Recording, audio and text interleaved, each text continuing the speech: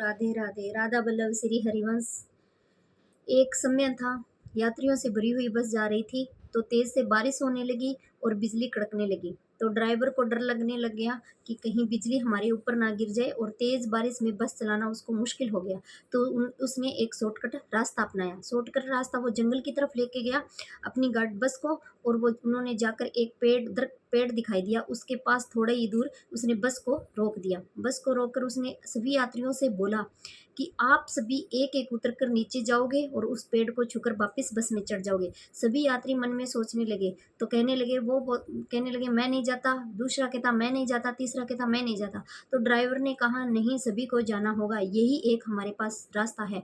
तो सभी अपने मन को दिलासा देते हुए एक एक पेड़ को छूते गए और बस में वापस चढ़ने लगे। सिर्फ एक बंदा बच गया उसमें से। उसने कहा, ड्राइवर ने कहा अब तू जा भाई। वो कहता नहीं मैं नहीं जाऊंगा, क्योंकि मैंने देखा है इनके कारण मेरी जान बचेगी, क्योंकि ये सब पेड़ को छू कर आए हैं तो उन पे बिजली नहीं गिरी। हो सकता है कि मेरे ऊपर गिर जाए, मैं भी एक बचाऊं। तो ड्राइवर उसको गालियां देने लगा, कोसने लगा, बहुत कुछ सुनाने लगा उनके जीवन के बारे में। तेरे कारण हम मर सकते हैं, तेरे कारण ये हो सकता है, वो हो सकता है। फिर उसने क्या कहा, अपने खुद को मजबूत कर कर वो नीचे उतरा। फिर उसने पेड़ को छुआ। छूते ही उस पेड़ को छूते ही बस पर बिजली गिर गई। तो वो मन में सोचने लगा, एक मैं ही था जो इन सभी को बचा सकता था, लेकिन अपने को हक नहीं है किसी के जीवन के बारे में उनको भला कहने का, और न ही हमें उनको गालियां देने का। जैसा जीवन भगवान ने दिया है, भगवान के हम पुतले हैं, इनके हाथ में हमारी ज़िंदगी है, सब कुछ इनके हाथ में है। तो हमें कोई हक नहीं पड़ता दूसरों को हमें गालियां देने का,